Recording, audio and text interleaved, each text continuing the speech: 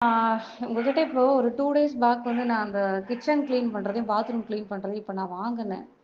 ஆனால் kitchen clean பண்ணுறது வந்து வெறும் ஒயிட் லிக்விட் மாதிரி இருக்குது. இப்போ அதை தான் போட்டு க்ளீன் பண்ணிட்டு இருக்கேன் நான். பெருசாக எதுவும் டிஃப்ரெண்ட் இல்லையா? அந்த உப்பு காரெல்லாம் அப்படியே தான் இருக்குது, போக மாட்டுதே.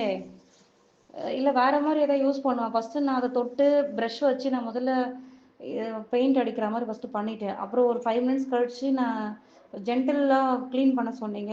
அது பண்ணால் உப்பு காரெல்லாம் போக மாட்டுது, டைல்ஸ்லாம் அப்படியே தான் இருக்குது. இல்லை என்ன பண்ணணும்? இதுக்கு பாத்ரூம் கிளீனர் எடுத்து யூஸ் பண்ணிடவா? நான் உங்கள் யூடியூப்பில் அந்த வீடியோஸ்லாம் பார்த்துட்டு தான் நான் இப்போ இதை வாங்கினேன். இப்போ இதை வாங்கிட்டு வீட்டில் கேட்குறாங்க, என்ன ஒன்றுமே போல அப்படியே தான் இருக்குன்னு. ஒரு 1/2 வெயிட் பண்ணணுமா? என்னன்னு கொஞ்சம் சொல்லுங்கள். Okay bro. ஓகே, நீங்கள் சொன்ன மாதிரி தான் பண்ணேன். இது சொன்ன மாதிரி உப்பு கரைக்கு வந்து அந்த பாத்ரூம் கிளீனர் தான் இப்போ யூஸ் பண்ணிகிட்ருக்கேன் நான். ஆஹ் ரொம்ப சூப்பர், நல்லா இருக்கு. டக்குன்னு போயிருச்சு. இதை வந்து அப்படியே வெயிட் பண்ணணும் அப்படிலாம் கிடையாது.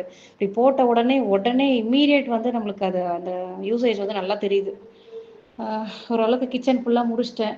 ஆயில் கரைக்கெலாம் வந்து நான் என்னமோ நினச்சேன், என்ன வெறும் தண்ணி மாதிரி இருக்குது, அது போட்டால் எப்படி போகும் அப்படின்னா பார்த்தா, நம்ம அந்த ப்ரெஷ்ஷே பண்ண வேண்டாம் போல், நம்ம ஸ்க்ரப் பண்ணவே வேண்டாம்.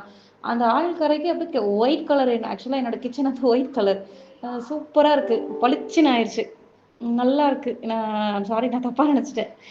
Super, nice. அதாவது உங்ககிட்ட பேமெண்ட் பண்ணதுக்கு வந்து ஒர்த்து.